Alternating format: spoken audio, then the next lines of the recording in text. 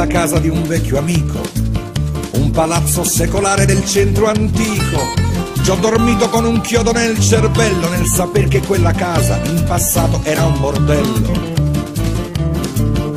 Una casa chiusa aperta nel 58 dalla chiave di un moralismo troppo bigotto.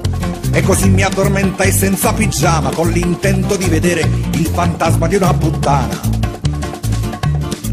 Un minuto appena dopo mezzanotte, nella stanza Belle Époque delle cocotte, il fantasma che mi appare per mistero non portava il lenzuolo bianco ma indossava un lenzuolo nero.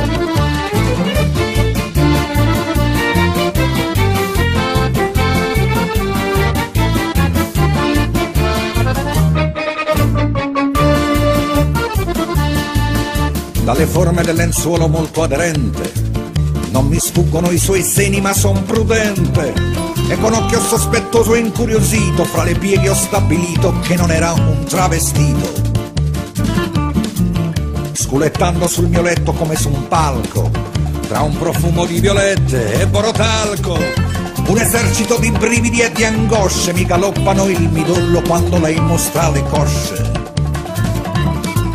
Un fantasma di colore in carne ed ossa, che per sorte trovò a Napoli la fossa.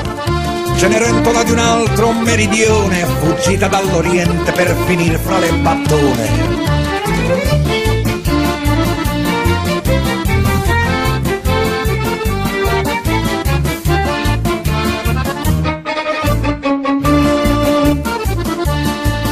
Sbalordito dall'idea dell'ectoplasma, di un rapporto sessuale col fantasma, io le chiedo la tariffa e lei sconvolta: no, non faccio più la vita oramai che sono morta. E mi dice: ho vissuto in queste sale, ho concino prelibato di un cardinale, di un ministro e poi di un padre di 3 figlie che sfogò tutte le voglie mai nel letto di sua moglie. E fui l'ultimo desiderio di un assassino che arrestarono nel letto con me vicino. E fui l'unico piacere dopo un po' di quel giudice che poi a 20 anni lo condannò.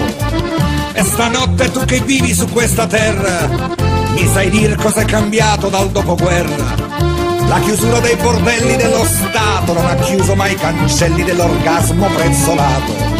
È cambiato solo il codice d'accesso per le nuove venditrici che vanno adesso. Il computer con il sito che ti aspetta e si addebita in bolletta è il progresso della marchetta.